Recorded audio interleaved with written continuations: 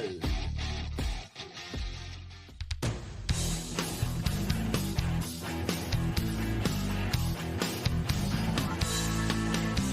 Hoy en Césped Virtual arrancaron los octavos de la UEFA Champions League. La Vinotinto ya tiene plan para el duelo ante Ecuador y repasamos la actividad en el fútbol sudamericano. Esto y más a continuación. Conéctate lunes y viernes a las 3 de la tarde por PXD Radio, donde el fútbol no se escucha, se vive. 3 y 7 minutos de la tarde, sean bienvenidos a una nueva edición de Césped Virtual a través de www.pxdradio.com. Por acá Franco Valecillos, como siempre, dándoles la bienvenida a este espacio que hoy viernes, cierre de semana, vamos a tener con todos ustedes hasta las 4 de la tarde para hablar de todas las cosas que sucedieron a lo largo de esta semana, a la espera de lo que ocurra, por supuesto, con la acción del finde, pero ha habido Champions, Copa Libertadores, noticias importantes para destacar y, por supuesto, vamos a cubrir toda esa cuota a lo largo de este espacio. El saludo para todos, recordándoles que también nos pueden seguir y conectarse en las redes sociales con nosotros, @césped_virtual, @pxdradio, y si quieren vernos con imagen, en @césped_virtual en TikTok, estamos en vivo para todos ustedes, para que puedan interactuar por allí, mandarnos un mensaje y conectarse con todo lo que tenemos para ustedes esta tarde. Antes de arrancar, mencionar a quienes hacen posible que estemos hoy acá con todos ustedes: en la dirección general de la estación, Juan Colmenares, y en los controles, como siempre, acompañándome, José Gucci Oviedo. Empezamos con la primera sección del día. Los mejores jugadores, los equipos más potentes. Repasamos lo más destacado del fútbol internacional. Bien, allí como oyen en la música, vamos a hablar por supuesto de la Champions, del mejor torneo de clubes a nivel europeo, porque esta semana arrancaron los octavos de final de forma formal, luego de lo que fue esa ronda previa, esos playoffs eliminatorios que nos dejó grandes sorpresas, grandes partidos, y mucho antes, por supuesto, la fase de liga, que también ofreció buen espectáculo. Ahora sí que sí volvemos a ese formato habitual de las últimas temporadas, que es la eliminación directa a partidos de ida y vuelta, y empezamos con esas series de octavos de final que, les digo algo, arrancaron con todos los hierros, porque hubo partidos muy interesantes. Vamos a repasar desde ya lo que aconteció desde la jornada del martes. También vamos a hablar de los partidos del miércoles, por supuesto, pero el martes hubo encuentros muy interesantes y vamos a centrar el foco, y con esto abrimos Césped Virtual por el día de hoy, hablando de lo que aconteció en el derbi madrileño, en el encuentro entre Real Madrid y Atlético de Madrid. Fíjense ustedes, octavos de final, y esta serie ya de por sí un poco compleja, porque son rivales del mismo país y nadie se conoce mejor que los equipos del mismo país, sobre todo en certámenes europeos, y sobre todo muy temprano en octavos de final. Esto podría ser tranquilamente una serie de cuartos o de semifinales, y no lo digo yo, lo dicen los expertos, ya lo vamos a escuchar más adelante, pero lo cierto es que esta es la serie.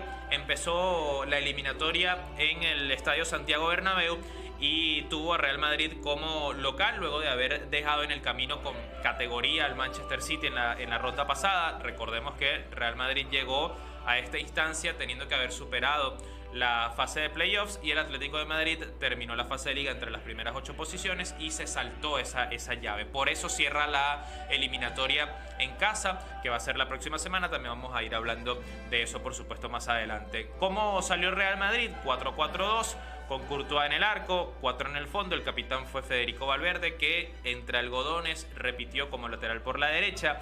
Raúl Asensio y Antonio Rüdiger los centrales, y Ferland Mendy por izquierda. En la mitad de la cancha, centralizados Aurélien Tchouaméni y Eduardo Camavinga, bien abiertos por los costados, aunque en este caso uno con el asterisco por la libertad de movimientos. Hablamos de Brahim Díaz, que estaba pegado sobre la izquierda, pero también apareció centralizado en muchas ocasiones, y Rodrigo, que sí apareció bien pegado a esa raya derecha para dejar en punta a Kylian Mbappé y a Vinicius Junior. En el lado colchonero, el equipo del Cholo Simeone salió con Jan Oblak en el arco, también formación 4-4-2. Marcos Llorente como lateral por la derecha, Josema Jiménez y Clement Lenglet en la pareja de centrales, y Javi Galán como marcador por izquierda. Más adelantados, centralizados, Pablo Barrios y Rodrigo de Paul. Giuliano Simeone pegado a la banda derecha, que ahora se ha casi que naturalizado Simeone, el hijo del Cholo, en esa zona para apoyar y redoblar la marca por esa zona, por ese carril. Samuel Lino estuvo por izquierda, un hombre con un poco más de vocación ofensiva. Y en punta estuvieron Antoine Griezmann y Julián Álvarez, que fue protagonista otra vez en este partido. El encuentro terminó 2-1, victoria de Real Madrid, un triunfo trabajado que deja la llave completamente abierta para lo que va a ser la definición de la próxima semana. Y empezó rápido la acción, con la apertura del marcador de Rodrigo al minuto 4. De hecho, hay un dato muy interesante que también vamos a comentar más adelante con respecto a esto, pero asistencia de Fede Valverde. Habíamos dicho que Valverde había llegado entre algodones, y un gran pase casi que desde la salida, desde el fondo, desde zona defensiva, puso a correr a Rodrigo, que se desmarcó muy bien, y el brasileño, que siempre rinde, siempre cumple, marcó el primer gol de partido luego de una maniobra individual también bastante interesante. Todo parecía indicar que era el escenario ideal para el Real Madrid, para abrir el encuentro temprano, para obligar al Atleti a adelantar sus líneas un poco más prematuro de lo habitual, porque sabemos que el Atlético de Madrid suele defenderse bien, y a partir de ese bloque y esa solidez defensiva tratar de gestar jugadas en ataque. Pero bueno, el partido se mantuvo ahí. Pasada la primera media hora, al minuto 32, Julián Álvarez con un golazo extraordinario, lo de Julián Álvarez, por segundo derbi consecutivo, además marcando, por segundo partido en el Bernabéu consecutivo marcando, la mandó al segundo palo y marcó el empate al 32. Con esto nos fuimos al descanso, y la paridad se mantuvo en el juego prácticamente durante todo el partido, aunque en el segundo tiempo la balanza se inclinó más hacia el lado del Real Madrid, y no solo por el resultado, sino también por el juego en ciertos pasajes, y también a raíz de los cambios que hicieron los entrenadores. Brahim Díaz marcó el tanto al minuto 55, que significó la diferencia y esa ventaja mínima que se lleva el Real al partido de la próxima semana, el próximo martes. Asistencia de Ferland Mendy. Fíjense, Mendy asistió el pasado fin de semana en la derrota ante el Betis, y asistió por segundo partido consecutivo, en este caso para darle la oportunidad a Brahim de marcar. Con eso no se movió más el resultado. El Atlético de Madrid en la segunda parte, con los ingresos de Gallagher, de Molina, Lenormand, incluso un cambio defensivo que entró por Griezmann, y después los movimientos en ataque habituales como Correa y Sorloth, adoptó una postura un poco más conservadora para sostener esa desventaja mínima, sabiendo que define en casa.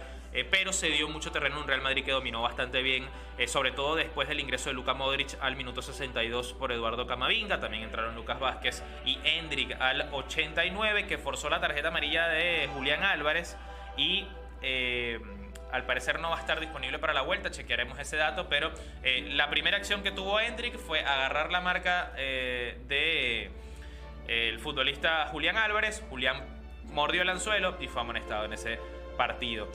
Las estadísticas finales del encuentro: 13 tiros totales para Real Madrid, 6 del Atlético de Madrid. 7 de esos 13 tiros del Madrid fueron a puerta. Tuvo 6 saques de esquinas, dobló al Atlético de Madrid en casi todos los renglones el equipo de Carlo Ancelotti. Así que fue un resultado justo, pero a la medida de lo que fue este partido de ida.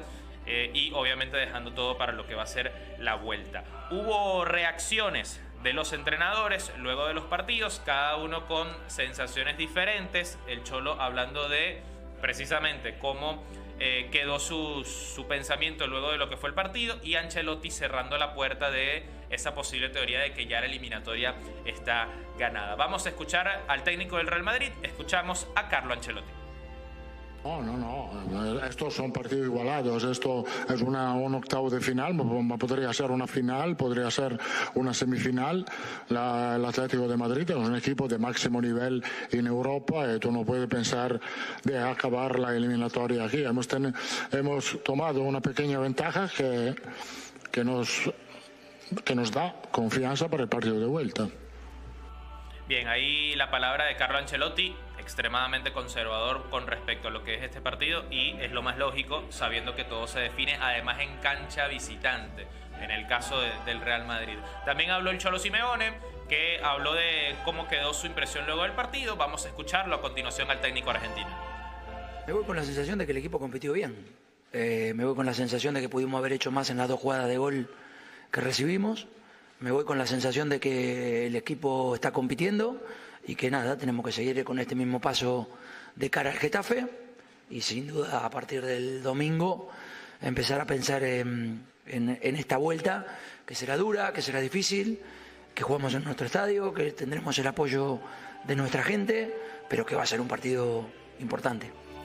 Bien, ahí la palabra del Cholo Simeone, también dejando por supuesto abierto todo para lo que va a ser la definición y con su sensación de que el equipo compitió bien dentro de su consideración a pesar de la derrota. Otros resultados de ese día martes, en marco también de estos octavos de final de la Champions, Aston Villa derrotó 3-1 como visitante al Club Brujas, en este caso el equipo belga, goles de Leon Bailey, Brandon Mekele en contra y Marco Asensio de penal al 88. El gol del equipo belga lo hizo Maxim de Kuiper al minuto 12. Brujas que salió con Mignolet, Sabe, Ordóñez, el ecuatoriano, Mekele que al final fue autor de un gol en propia puerta, y de Kuiper, Yashari y Onyedika en la mitad de la cancha, Vanaken, Solis, Talvi y Jutgla en punta para el equipo dirigido por Nicky Hayen. En el equipo inglés de Unai Emery, Dibu Martínez fue el arquero, Disasi, Konsa, Mings y Digne en la zona defensiva, Tielemans, McGinn en la mitad de la cancha, Rodgers,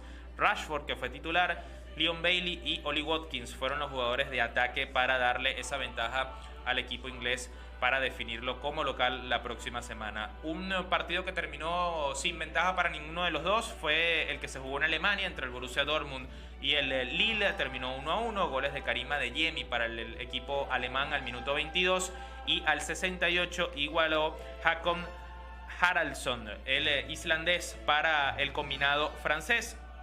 El Dortmund, dirigido por Niko Kovac, salió con Kobel en el arco, Rierson, Chan, Schlotterbeck y Svensson en el fondo, Sabitzer, Gross en la mitad de la cancha, un poco más adelantados como mediapunta Brand, bien abiertos por los costados Gittens y Adeyemi, y en punta estuvo el goleador de la Champions hasta el momento con 10 anotaciones, Guirassy, a pesar de que no marcó en este partido particular. En el Lille, dirigido por Bruno Genesio, estuvo Chevalier en el arco, 4 en el fondo, Mounier, Diakité, Ribeiro e Ismaili. En el doble pivote, Buadi y André, que fue capitán además, el jugador francés. Como mediapunta estuvo Mukau, abierto por la derecha Ethan Mbappé, por izquierda Haraldsson, que terminó marcando, y en punta estuvo el canadiense Jonathan David. Empate que deja todo abierto también para lo que va a ser la cita de vuelta. Un partido y una eliminatoria que ya, a menos que pase una catástrofe en el Emirates, ya está definida, que fue la goleada, la trituradora, la aplanadora del Arsenal, que le metió 7 goles como visitante al PSV Eindhoven, la serie más abierta, o por lo menos el partido que terminó con el resultado más abultado de esta primera ronda de partidos. Marcaron al 18 Jurriën Timber, Ethan Nwaneri al 21, luego Mikel Merino al 31 y había puesto el 3-0, descontó Noah Lang de penalti para el PSV al 43, se fueron al descanso y en el complemento marcaron Martin Odegaard al 47, un minuto después Leandro Trossard al 48, luego Odegaard firmaría su doblete al 73 y cerraría la cuenta Ricardo Calafiori al 85. Arsenal que salió con David Raya en el arco, Timber, Saliba, Gabriel Lewis Kelly en el fondo, Rice, Thomas Partey y Martin Odegaard en la mitad de la cancha y Nwaneri, Trossard y Mikel Merino como falso 9. Así que una goleada tremenda del equipo de Mikel Arteta, que tiene ya prácticamente los 2 pies en la siguiente fase a falta de 90 minutos. El miércoles se cerraron la ronda de estos partidos de ida de los octavos de final y vamos a centrar la lupa en lo que sucedió en Lisboa, en una repetición, en un déjà vu de un partido que ya habíamos visto en la fase de liga y que fue uno de los mejores además de esa primera fase del campeonato. Hablamos del encuentro que sostuvieron Benfica y Barcelona en marco del partido de ida, un encuentro que tuvo de todo, que empezó ya a los 18 segundos con una acción muy destacada y una llegada clara por parte del equipo local, que tuvo la primera de las 8 intervenciones que terminó firmando Wojtek Szczesny, el portero del Barcelona, uno de los hombres del partido, y que tuvo un momento clave en el encuentro. Antes vamos a repasar rápidamente las alineaciones. El Benfica, dirigido por Bruno Lage, salió con Trubin en el arco, el ucraniano, 4 en el fondo, Araujo, Antonio Silva, Nico Tamendi y Álvaro Carreras en el fondo. En la mitad de la cancha, Barreiro, Orsnes, Kotchu, y en punta estuvo Schelderup, Aktürkoğlu y Pavlidis, un equipo muy bien trabajado, muy rápido, que se enfrentó al Barcelona, que salió con Szczęsny en el arco, ya lo mencionábamos, Koundé, Cubarsí, Íñigo Martínez y Alejandro Balde en el fondo, Pedri, De Jong en la mitad de la cancha, Rafinha abierto por izquierda, por derecha Lamine Yamal, como media punta Dani Olmo y en punta, como referencia en ataque, Robert Lewandowski. El momento clave del partido, o uno de los momentos clave del partido, fue la expulsión al minuto 22, oigan bien, al minuto 22 de Pau Cubarsí, que dejó a Barcelona con 10 y uno suponía, bueno, de local, con muchísimos minutos por delante, Benfica debería sacarlo adelante y sacar una ventaja, sobre todo porque la definición es en campo visitante. Y bueno, no pasó eso. Flick hizo los ajustes, salió Dani Olmo para el ingreso de Ronald Araujo, con eso la línea de 4 volvió a completarse y Barcelona adoptó una postura un poco más defensiva, un poco bastante más defensiva, y le cedió la iniciativa a un Benfica que llegó por todos los lados, pero no tuvo para nada puntería, le faltó definición, porque si hubiese tenido un poquito más de definición hubiese sacado algo más de ese partido, o por lo menos no se hubiese ido con el tanteador en cero. Y como se aplica el dicho casi siempre del que no hace, le hacen, lo hizo Rafinha al 61, una mala salida. Todo nace de un error de Antonio Silva en un pase en salida que anticipa muy bien Rafinha, y ya con campo abierto, y a pesar de que se le encimaba Nico Otamendi, el propio Antonio Silva sacó un latigazo que no pudo atajar a Anatoly Trubin, y eso fue el gol del Barcelona, que al minuto 61 le dio la ventaja y la iba a sostener hasta el cierre del partido. Es un triunfo muy valioso para Barcelona. Obviamente toda la eliminatoria está más que abierta, pero sabiendo el contexto de quedarte con 10 al minuto 22 del partido y habiendo ganado a pesar de eso y defendido bien sin romperte en buenas partes del partido, obviamente la lectura es positiva debido al contexto. Obviamente no era el plan inicial del partido para ninguno de los dos equipos, pero al final el que terminó pegando primero fue el elenco blaugrana, que sacó su segunda victoria de esta temporada allí del estadio Daluz. Un partido que además tuvo, si repasamos las estadísticas, 26 tiros totales de Benfica, una locura, 8 disparos a puerta, 8 intervenciones de Wojtek Szczęsny, que fue el hombre del partido según la puntuación de FootMob. UEFA le dio el premio al mejor jugador del partido a Pedri, que también dio un recital jugando los 90 minutos, completando 60 de 64 pases para una tasa de conversión del 94%, 90 toques, una locura el despliegue de Pedri, que además fue el hombre que más corrió en la cancha tomando en cuenta los dos equipos, corrió más de 13 kilómetros el canario, por lo que también, por supuesto, tiene una gran cuota de importancia, sobre todo para sostener al equipo y darle pausa, control cuando tenía la pelota, y contribuir muchísimo a ese resultado que terminó sacando Barcelona. Entonces, héroes puntuales, Pedri, Szczęsny, obviamente el autor del gol Rafinha, pero en global la actuación del equipo que le termina dando al combinado de Hansi Flick la ventaja mínima para la definición en Montjuic. Hablaron los entrenadores, vamos a escuchar precisamente al técnico alemán que habló después del partido, y básicamente dio a entender que era muy valioso dejar el arco en cero, y sobre todo destacó la actuación del portero Szczęsny en una noche muy importante para el guardameta polaca, que recordamos estaba retirado hace unos meses y ya parece que volvió a ese nivel que tenía antes de colgar los guantes. Escuchamos a Flick a continuación. I think this is very important to, when you have a clean sheet with 10 players only, that you have a really great and fantastic goalkeeper on the pitch, and today he's doing really great, a great performance from him, and he saved us, to get the clean sheet. Very good. So I'm very happy for him and also for us, for the team. Bien, ahí pasaba la palabra de Hansi Flick. También habló Bruno Lage, el técnico que estaba, revolucionado porque el equipo no le pudo responder y no pudo aprovechar la ventaja, y básicamente por allí llevó parte de su discurso en la conferencia de prensa posterior. Vamos a escuchar al técnico portugués. Mas eu acho que o jogo fica marcado foi com as várias oportunidades de gol que criámos e que não marcámos, porque podíamos ter aqui a falar do resultado 5-1 e estamos a falar 1-0. Um passe falhado, toda a gente desde o guarda-redes até ao avançado, toda a gente falhou passos. Este fica visível porque dá o gol. O António não precisa de palavras, precisamos é de olhar em frente, fazer já uma exibição semelhante perante o Nacional e olhos postos no jogo seguinte con o Barcelona.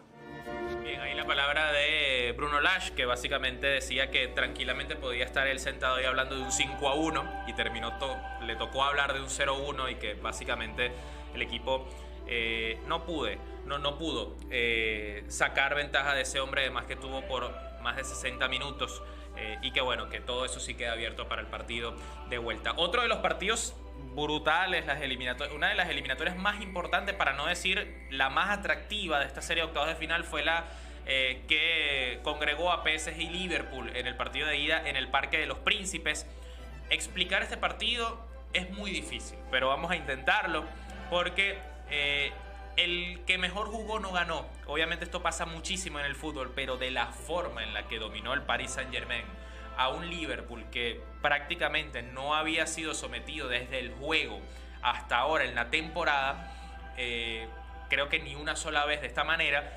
No se explica cómo no solamente no marcaron un gol, sino que perdieron el partido 1-0 con el tanto de Harvey Elliott al minuto 87. Vamos antes con las alineaciones rapidito, nos queda poco. Donnarumma en el arco, Hakimi, Marquinhos, Pacho, Méndez en el fondo, Vitinha, Fabián Ruiz, Joao Neves en la mitad de la cancha, Kvaratskhelia, Barcola y Dembélé fueron los 11 del PSG. En Liverpool, Alisson Becker, Alexander Arnold, Konaté, Van Dijk, Robertson. En la mitad de la cancha, McAllister y Gravenberch. En zona de ataque, Luis Díaz, Szoboszlai y Mohamed Salah, y el punta de lanza fue Diogo Jota. A ver, vamos a repasar las estadísticas rápidamente. 27 tiros totales tuvo PSG, 10 disparos a puerta, 3 grandes probabilidades, 629 pases completados. Liverpool, ustedes me dirán, bueno, más o menos igual, partido abierto. No, 2 tiros totales, 1 disparo a puerta, una gran probabilidad, gol de Harvey Elliott al 87, que además tenía pocos segundos en cancha. 220 pases nada más del equipo de Arne Slot, algo que normalmente en esta temporada, insisto, no había pasado, pero esto es fútbol. Y terminó ganando Liverpool y llevándose una ventaja también mínima al partido que se va a llevar a cabo la próxima semana en Anfield. Habló Luis Enrique, obviamente sus opiniones siempre dividen, pero vamos a escuchar en instantes nada más la palabra del técnico español, que a pesar de la derrota dijo que el equipo podía o se llevaba la sensación de que podía sacar algo más en el partido de vuelta. Vamos a escuchar. Bueno, creo que estoy seguro que no ha habido ni un partido de esta temporada que el Liverpool al descanso tenga 0,0 goles en expected goals al medio tiempo. Un equipo con la calidad que tiene el Liverpool. Creo que hemos estado soberbios. Podría ser, tengo que analizarlo para poder decir esto, pero me atrevo a decir que es posiblemente nuestro mejor partido de esta temporada y de la pasada en cuanto a rendimiento completo en ataque y en defensa. No hemos tenido ningún problema y hemos solventado la mayoría de las acciones defensivas a través de acciones prácticamente de 1 contra 1 y los jugadores han estado soberbios. Bien, ahí pasaba la palabra de Luis Enrique, que por supuesto divide opiniones. Obviamente la lectura que hace es correcta, porque el dominio del PSG fue abrumador. Obviamente cita esta tasa de los goles esperados, que hay gente que le importa, hay gente que no, pero dentro de la teoría y la práctica ciertamente tiene mucha razón, aunque hay gente que obviamente dice que esto va de meter la pelotita y por supuesto también tiene muchísima razón, así que hay que ver qué va a pasar en el partido de vuelta. 2 partidos que nos faltaron por repasar. Bueno, Inter ese miércoles venció 2-0 en Países Bajos a Feyenoord, goles de Marcus Thuram y Lautaro Martínez al 38 y al 50 respectivamente. Piotr Zielinski falló un penal también para el equipo nerazzurro al 65, victoria entonces del conjunto de Simone Inzaghi, que también se clasificó entre los primeros 8, que es uno de los equipos más sólidos de Europa, a pesar de que no brilla mucho ni está en las portadas siempre a nivel europeo, pero siempre está. Y que tuvo una sólida actuación en Países Bajos. Y en un duelo también de equipos del mismo país, el Bayern de Múnich venció 3-0 el Bayer Leverkusen de Xabi Alonso. Parece mentira, un resultado muy abultado. pero pasó de todo también en este partido. Se abrió muy rápido con el gol de cabeza, un golazo de Harry Kane al minuto 9, asistencia de Michael Olise. Después hubo demasiados amonestados en el partido. Nordi Mukiele fue amonestado a 39 y fue expulsado por doble amarilla al 62, ya en el segundo tiempo. Antes de eso, al 54, por un error insólito al momento de salir a atenazar la pelota del guardameta Kovar. Se le terminó escurriendo entre las manos y apareció Jamal Musiala desde atrás para marcar el 2-0, y luego el 75 de penal, Harry Kane, firmando su doblete, le dio el triunfo y la goleada y la tranquilidad de cara a lo que va a ser el partido de vuelta al equipo de Vincent Kompany. Victoria entonces del Bayern. Tenemos, antes de irnos a la pausa, una serie de datos interesantes para cerrar ya esta sección de la UEFA Champions League, datos interesantísimos que tienen que conocer, por supuesto, sobre lo que fueron los diversos partidos de esta jornada de Champions. Así que vamos a empezar técnicamente en orden, ¿no? Cronológicamente con lo que fue pasando. A ver, sin contar a rondas previas, el Real Madrid logró su victoria número 300 en la Copa de Europa, lo que también hoy se conoce Liga de Campeones, combina los dos formatos. 498 partidos, 85 empates y 113 derrotas por esas 300 triunfos que ha tenido. Al menos 63 más que cualquier otro equipo en la historia de la competencia. El Bayern Múnich ha ganado 237 partidos en 398 oportunidades. El gol de Rodrigo Góez a los 3:25 minutos de inicio del partido es el más tempranero logrado por el Real Madrid en un derbi como local ante el Atlético de Madrid en cualquier competición desde marzo de 2006 en la Liga, cuando lo hizo Antonio Cassano a los 3 minutos con 5 segundos. Julián Álvarez es el tercer jugador del Atlético de Madrid que marca en 2 derbis seguidos ante el Real Madrid, lo mencionábamos antes, en el Santiago Bernabéu además, entre todas las competiciones en todo el siglo XXI, tras Diego Forlán en 2010 y Antoine Griezmann en 2017. Seguimos. Por primera vez en toda la historia de la UEFA Champions League, un equipo, en este caso el Barcelona, ganó un partido fuera de casa pese a jugar más de 69 minutos en inferioridad numérica. El récord previo era de la Juventus, que ganó en Valencia en 2018, en fase de grupos, jugando 62 minutos con un jugador menos por la expulsión de Cristiano Ronaldo. ¿Ustedes quieren saber cuál es el dato cómico de esto? Que el arquero de la Juventus en ese partido era también Wojtek Szczęsny, igual que fue el guardameta del Barcelona en este partido que pasó esta semana. Y hablando de Szczęsny, ha realizado 8 paradas contra Benfica, récord de cualquier portero del Barcelona sin encajar gol en un mismo partido en la Champions League desde al menos la temporada 2003-2004.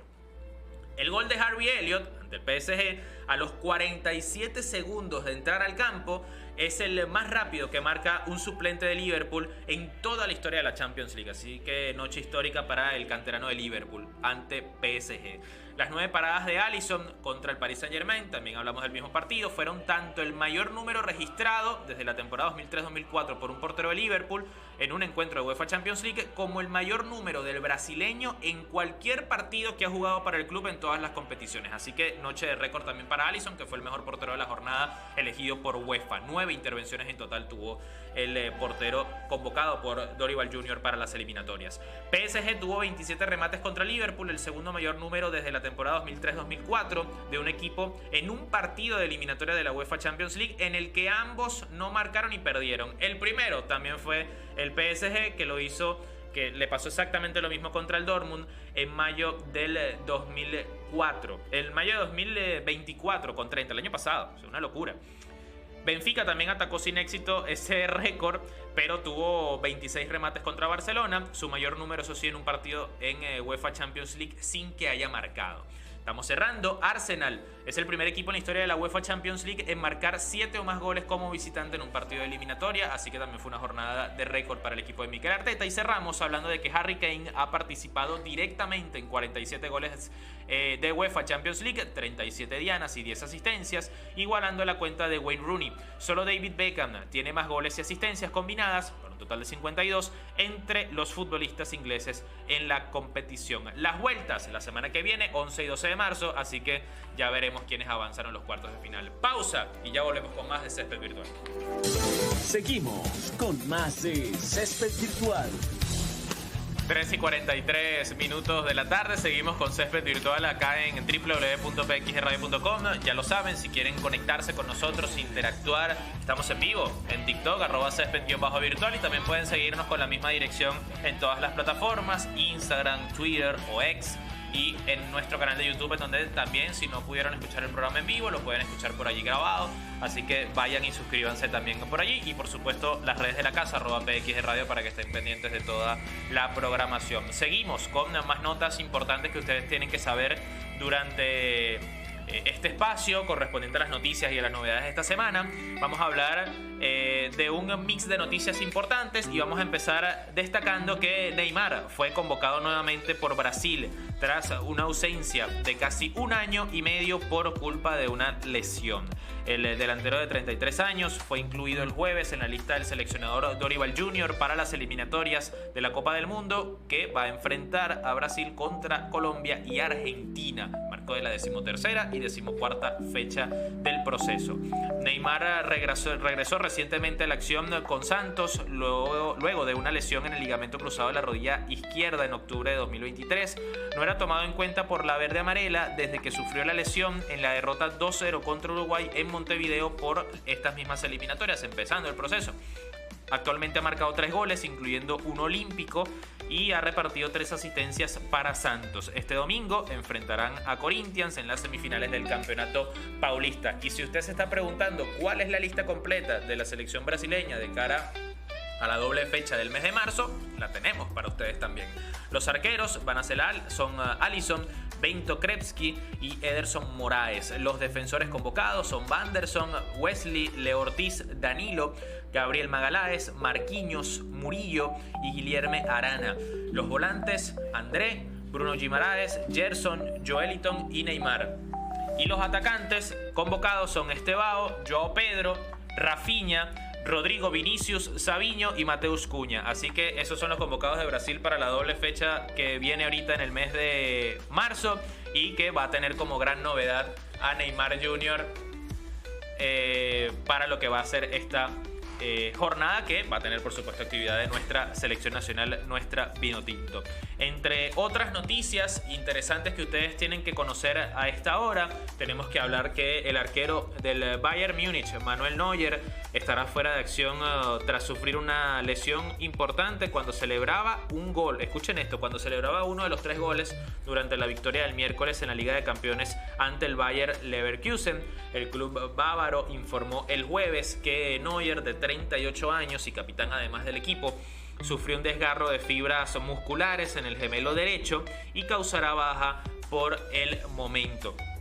Neuer tuvo que salir a los 58 minutos en el triunfo, como ya les decía, 3-0 de el Bayern en la ida de los octavos de final de la UEFA Champions League, al intentar celebrar el gol de Jamal Musiala. Concretamente era el segundo. Entonces, una lástima de verdad lo de Neuer, que habrá que ver cuánto tiempo va a estar de baja, porque no dieron un tiempo definido. Eso sí, Jonas Urbich, de 21 años y que fue fichado este invierno proveniente del Colonia, suplió a Neuer en su debut, en el que fue su debut con el Bayern, nada más y nada menos en un partido de Champions. Urbich probablemente se estrenará como titular en la Bundesliga el sábado, cuando el Bayern reciba al Bochum. Hablando del Bayern, hoy sale una información muy importante, que a lo mejor para la gente que es aficionada a este equipo alemán le interesa saber, y es que según la info de Fabrizio Romano, este periodista especializado en fichajes, por supuesto, el Bayern ha completado el acuerdo con Joshua Kimmich para poder tener o llegar a firmar un nuevo contrato. Luego de algunos vínculos con otros equipos, Kimmich ha siempre querido, o ha sido su intención, quedarse en el Bayern. Ya sabemos que Kimmich ha sido vinculado con Barcelona, con Real Madrid, con Manchester City en muchas ocasiones. Así que las negociaciones habían entrado en una velocidad de crucero ya desde hace 10 días, y parece indicar que todo va a ir en viento en popa, como quien dice, para que Kimmich se mantenga en el Bayern. Y vamos a cerrar esta ronda de noticias rápidas acá en Césped Virtual, hablando de que el presidente de la FIFA, Gianni Infantino, confirmó que la final del Mundial Masculino 2026, que se celebrará en Estados Unidos, incluirá por primera vez un espectáculo de medio tiempo. Estados Unidos, Canadá y México van a ser los anfitriones del torneo del próximo año y la final se jugará en el estadio MetLife de Nueva Jersey el 19 de julio del 2026. Nunca en la historia de la Copa del Mundo, desde la competición inaugural en 1930 hasta ahora, ha habido un espectáculo de medio tiempo. Esto se rompe entonces bajo el mandato de Infantino, que confirmó la medida después de hablar en un evento en Dallas. Varias cosas con respecto a eso, o por lo menos un par. Primero, no está confirmado quién va a ser el artista. Por lo que se sabe, se quiere recrear un estilo de show como el de medio tiempo del Super Bowl, del fútbol americano. Ahora, ¿qué pasa con esto? Y aquí entra quizá un poquito de análisis / opinión. Ya tenemos el precedente de lo que sucedió en la final de la Copa América, entre Colombia y Argentina. Que ese show de medio tiempo duró más de los 15 minutos, que corresponden a un tiempo de descanso en un partido regular.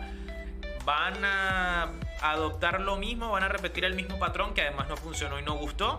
¿O lo van a adaptar a una presentación hiper corta adaptada a los tiempos del deporte que se está practicando, que en este caso es el fútbol? Porque si pasa como en la Copa América, en cierto sentido se está desnaturalizando el tiempo efectivo para el desarrollo de un partido de fútbol, tanto en acción como en el descanso. Entonces ahí es donde está el asterisco y donde está la posible polémica, que seguramente se va a hablar de esto durante varios meses hasta que llegue la Copa del Mundo. Así que son preguntas que quedan en el aire y cosas que se irán resolviendo, por supuesto, en el transcurso del tiempo.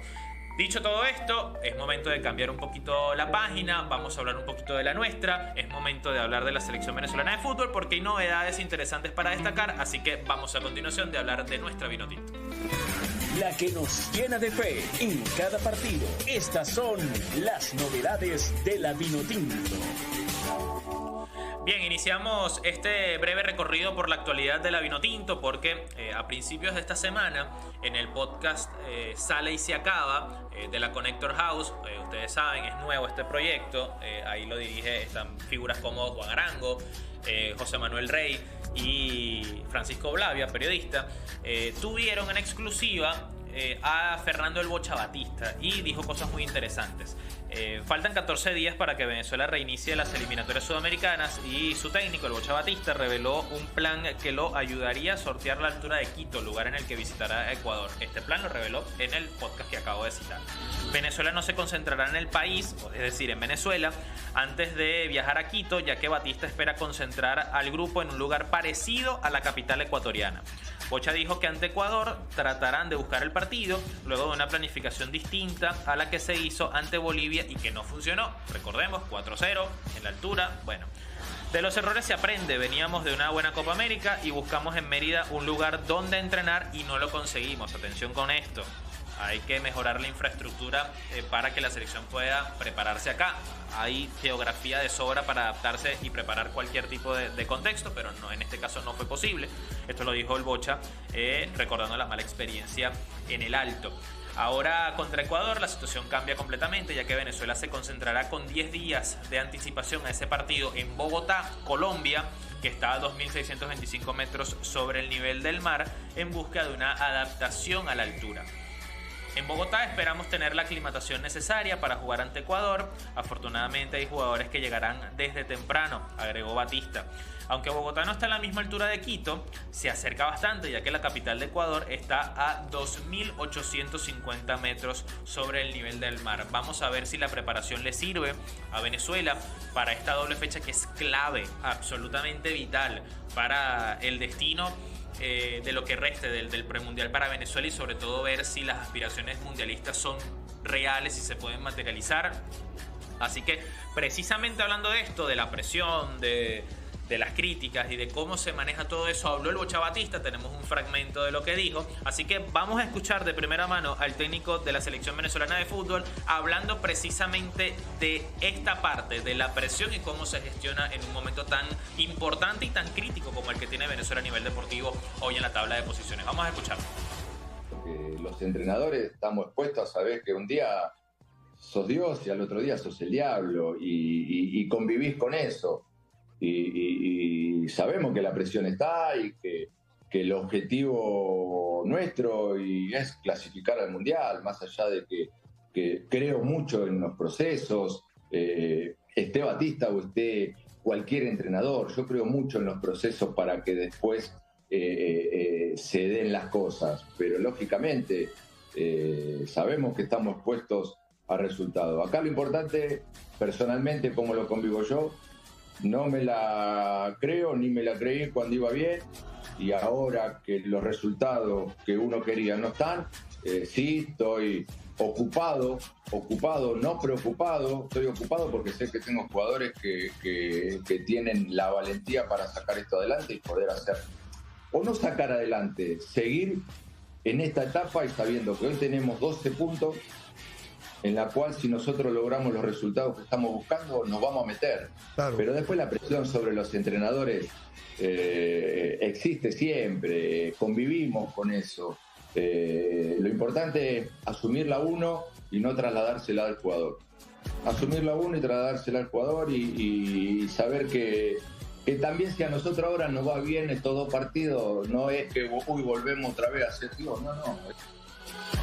Bien, ahí la palabra de Fernando Batista. Venezuela va a jugar el 21 de marzo ante Ecuador a las 5 de la tarde hora venezolana en Quito. Ya lo repasábamos hace unos instantes nada más.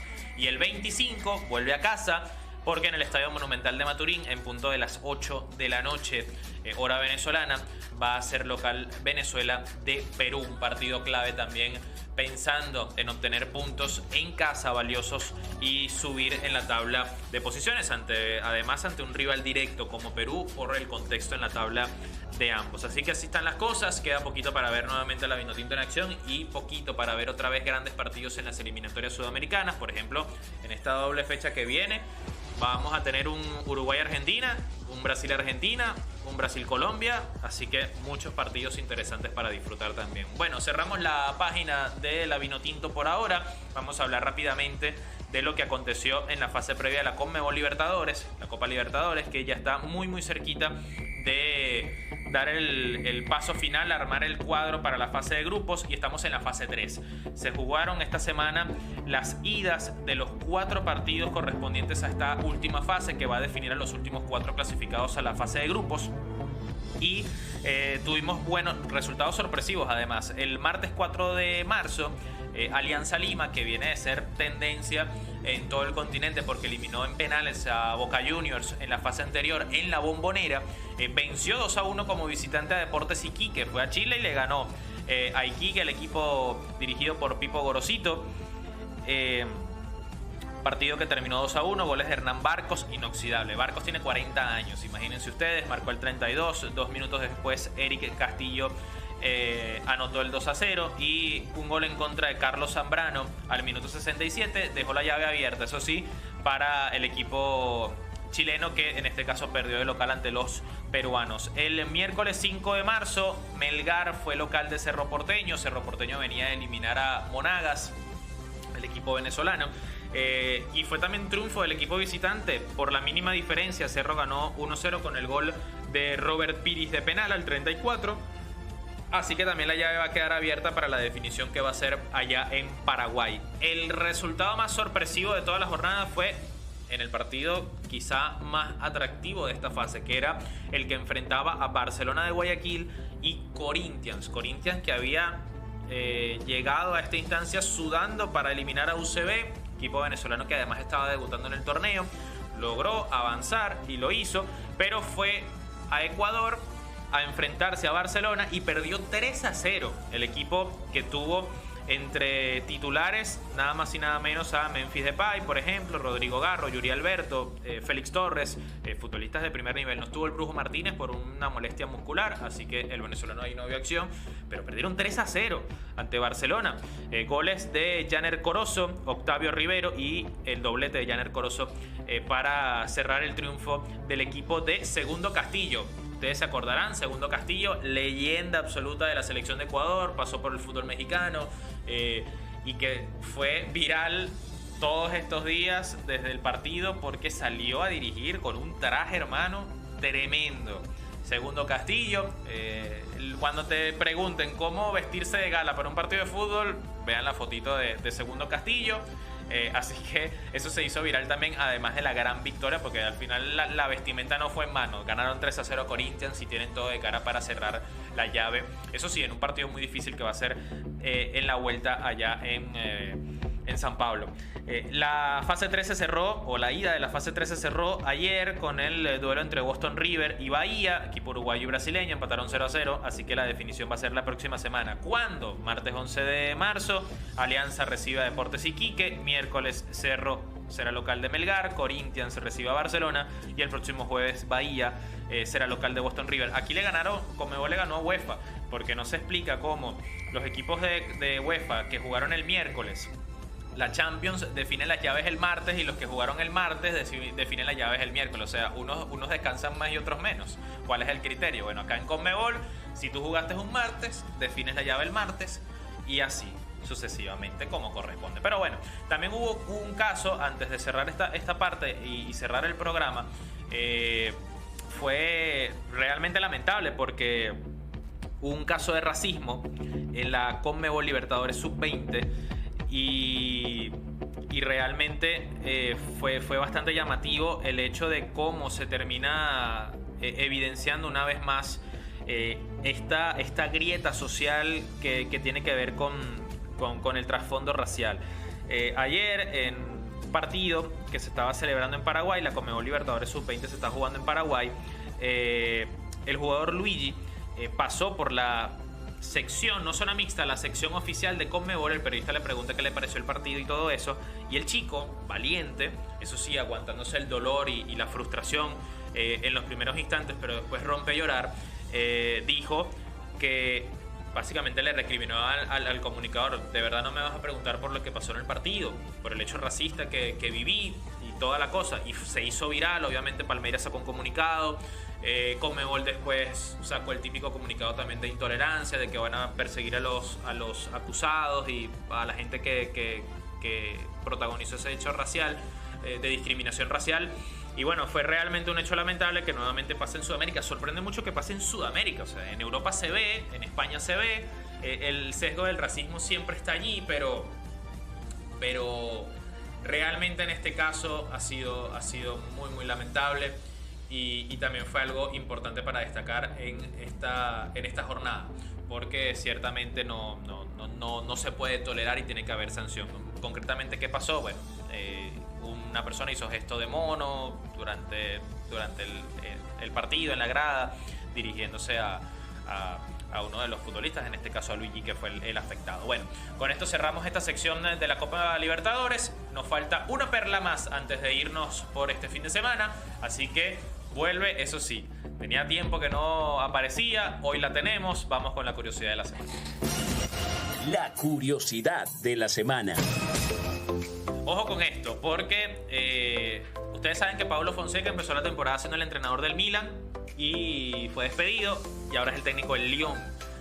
Pero resulta que esta semana se descubrió una sanción tremenda que básicamente lo va a dejar fuera de los banquillos hasta noviembre. Fue suspendido 9 meses por la Federación Francesa de Fútbol. Contexto: el entrenador del Lyon, Paulo Fonseca, fue suspendido del área técnica durante 9 meses por increpar agresivamente al árbitro en un partido de la Liga Francesa. Eso fue el pasado fin de semana. Fonseca tampoco podrá acceder al vestuario y verse con los jugadores durante los partidos hasta el 15 de septiembre, cuanto menos, y menos no va a poder dirigir hasta noviembre, según un fallo disciplinario de la Liga Francesa emitido el miércoles. Fonseca encaró furioso al árbitro Benoît Milliot el domingo sobre un posible penal para Brest en el tiempo de descuento cuando Lyon ganaba 2-1. Después de ser amonestado, Fonseca se acercó al árbitro y se inclinó muy cerca de su cara antes de ser apartado por Corentin Tolisso, capitán del Lyon. Fonseca intentó increpar al árbitro una segunda vez y fue contenido por un par de sus jugadores. También Fonseca no pudo mantener la compostura en este lado. Ese fue el quinto partido de Fonseca al mando del Lyon. Tenía poco tiempo desde que fue contratado en enero por el propietario estadounidense del club, John Textor. El entrenador portugués fue despedido por el AC Milan en diciembre tras apenas 6 meses en el cargo.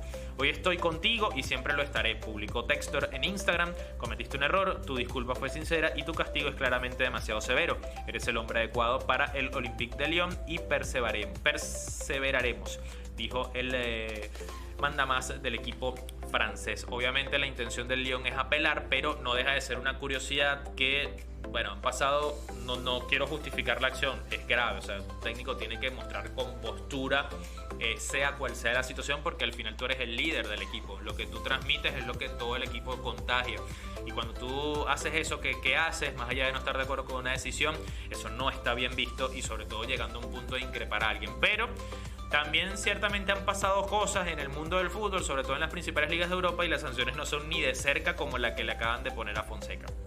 Aunque en Francia están adoptando esa medida un poco más ruda de la cuenta, porque a Pablo Longoria, el director deportivo del Olympique de Marsella, por dirigirse a los árbitros, por quejarse de un tema arbitral, lo suspendieron por 13 partidos. Una cosa tremenda, así que ya va más un tema de la severidad de la sanción con la que en Francia se miden en este caso las cosas. Pero hasta noviembre no va a estar Fonseca, que sí estuvo ayer dirigiendo el partido de Europa League y se hizo viral porque el Lyon ganó 2-1 al Steaua de Bucarest en Rumanía. Esta sanción solamente se aplica a Francia, no a la competencia europea, así que ayer pudo dirigir y se vio como en algunos pasajes del partido se puso a llorar, los jugadores trataron de arroparlo, fue realmente duro ver eso.